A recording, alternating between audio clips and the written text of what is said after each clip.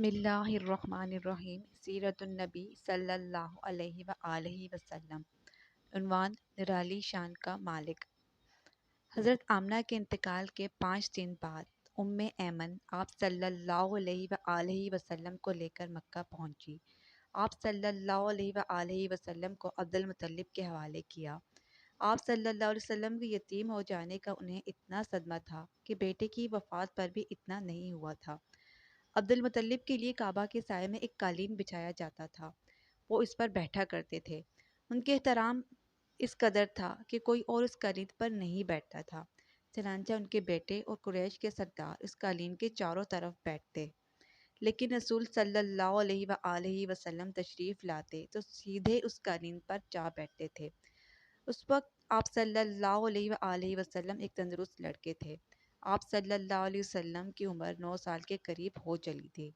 آپ کے چچا عبد المطلب کے ادب کی وجہ سے آپ صلی اللہ علیہ وسلم کو اس قالین سے ہٹانا چاہتے تو عبد المطلب کہتے، میرے بیٹے کو چھوڑ دو، اللہ کی قسم یہ بہت شان والا ہے۔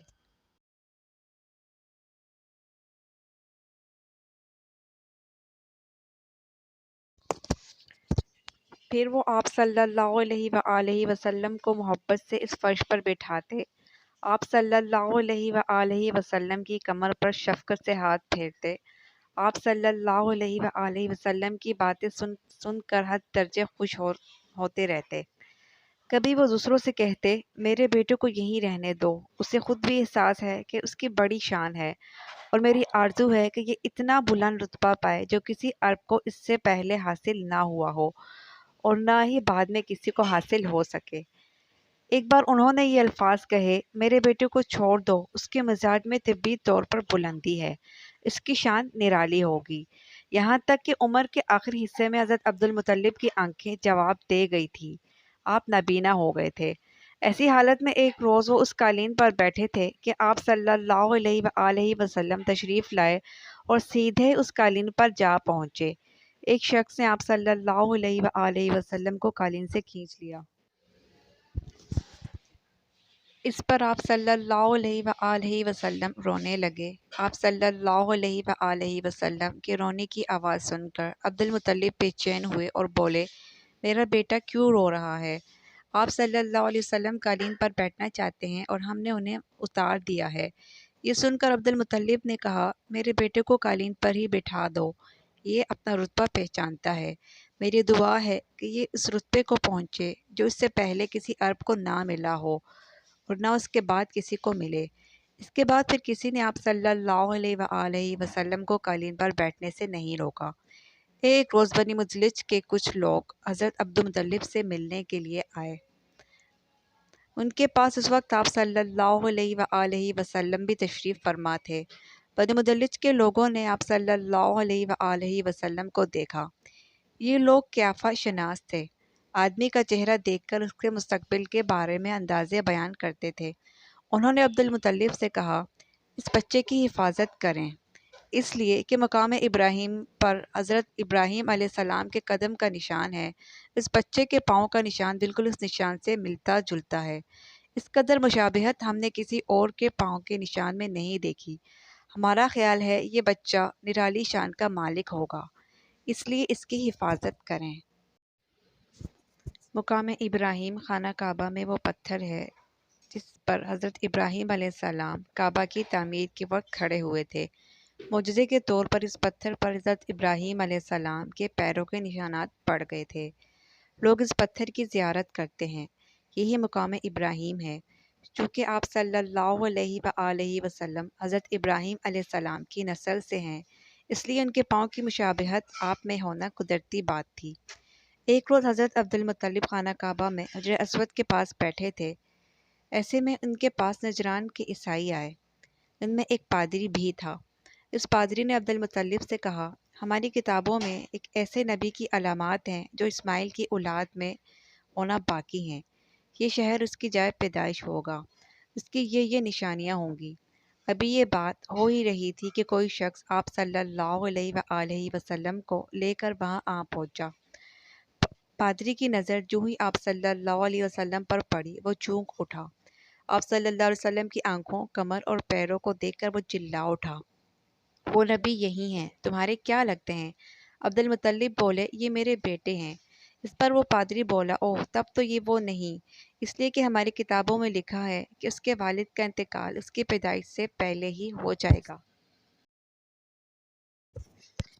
یہ سن کر عبد المطلب بولے، یہ دراصل میرا پوتا ہے، اس کے باپ کا انتقال اس وقت ہو گیا تھا جب یہ پیدا بھی نہیں ہوا تھا۔ اس پر پادری بولا، ہاں یہ ہوئی نا بات، آپ اس کی پوری طرح حفاظت کریں۔ عبد المطلب کی آپ صلی اللہ علیہ وسلم سے محبت کا یہ عالم تھا کہ کھانا کھانے بیٹھتے تو کہتے، میرے بیٹے کو لے آؤ۔ آپ تشریف لاتے تو عبد المطلب کو آپ صلی اللہ علیہ وسلم کو اپنے پاس بٹھاتے، آپ کو اپنے ساتھ کھلاتے۔ بہت زیادہ عمر والے ایک صحابی حیدر بن معاویہ رضی اللہ تعالیٰ عنہ کہتے ہیں، میں ایک مرتبہ اسلام سے پہلے جاہلیت کے زمانے میں حج کے لیے مکہ معظمہ گیا، وہاں بیت اللہ کا طواف کر رہا تھا۔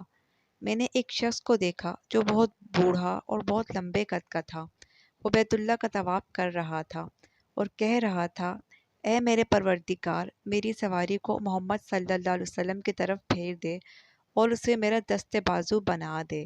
میں نے اس بوڑھے کے جب یہ شعر پڑھتے سنا تو لوگوں سے پوچھا، یہ کون ہے؟ لوگوں نے بتایا، یہ عبد المطلب بن ہاشم ہے، انہوں نے اپنے پوتے کو اپنے ایک اونٹ کی تلاش میں بھیجا ہے، وہ اونٹ گم ہو گیا ہے اور وہ پوتا ایسا ہے جب بھی کسی گمشدہ کی تلاش میں اسے بھیجا جاتا ہے تو وہ چیز لے کر ہی آتا ہے۔ پوتے سے پہلے یہ اپنے بیٹے کو اس اونٹ کی تلاش میں بھیج چکے ہیں لیکن وہ ناکام لوٹ آئے ہیں۔ اب چونکہ پوتے کو گئے ہوئے کافی دیر ہو گئی ہے، اس لیے یہ پریشان ہیں اور دعا مانگ رہے ہیں۔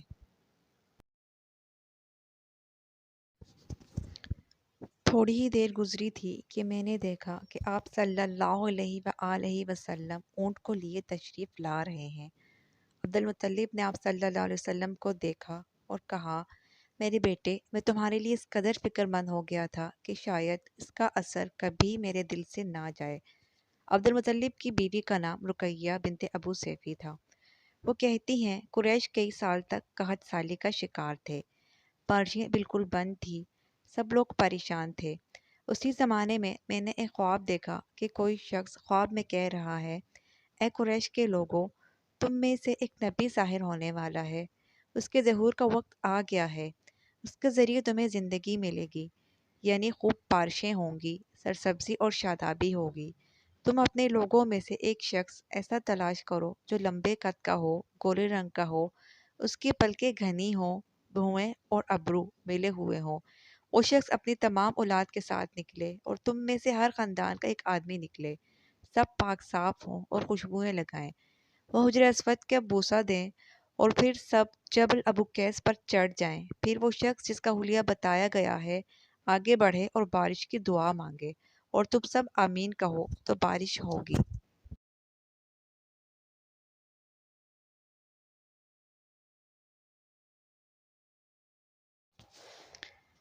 صبح ہوئی تو رقیقہ نے اپنا یہ خواب قریش سے بیان کیا۔ انہوں نے ان نشانیوں کو تلاش کیا تو سب کی سب نشانیاں انہیں عبد المطلب میں مل گئی، چنانچہ سب ان کے پاس جمع ہوئے۔ ہر خاندان سے ایک ایک آدمی آیا، ان سب نے شرائط پوری کی۔ اس کے بعد ابو قیس پہاڑ پر چڑھ گئے، ان میں نبی کریم صلی اللہ علیہ وآلہ وسلم بھی تھے۔ آپ صلی اللہ علیہ وسلم اس وقت نوعمر تھے۔ پھر عبد المطلب آگے بڑھے اور انہوں نے یوں دعا کی، اے اللہ، یہ سب تیرے غلام ہیں، تیرے غلاموں کی اولاد ہیں، تیری باندیاں ہیں اور تیری باندیوں کی اولاد ہیں۔ ہم پر جو برا وقت آ پڑا ہے تو دیکھ رہا ہے، ہم مسلسل قحط سالی کا شکار ہیں۔ اب اونٹ، گائیں، گھوڑے، خچر اور گدھے سب کے سب ختم ہو چکے ہیں، ان جانوروں پر بن آئی ہے، اس لیے ہماری یہ خشک سالی ختم فرما دے، ہمیں زندگی اور سرسبزی اور شادابی عطا فرما دے۔ ابھی یہ دعا مانگ ہی رہے تھے کہ بارش شروع ہو گئی، وادیاں پانی سے بھر گئیں۔ لیکن اس بارش میں ایک بہت عجیب بات ہوئی، اور وہ عجیب بات یہ تھی کہ قریش کو یہ سیرابی ضرور حاصل ہوئی، مگر یہ بارش قبیلہ قیس اور قبیلہ بزر کے قریب بستیوں میں بالکل نہ ہوئی۔ اب لوگ بہت حیران ہوئے کہ یہ کیا بات ہوئی، ایک قبیلے پر بارش اور آس پاس کے سب قبیلے بارش سے محروم۔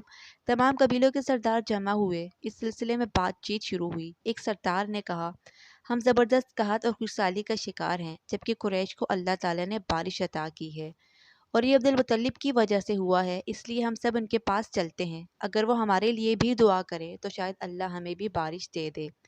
یہ مشورہ سب کو پسند آیا۔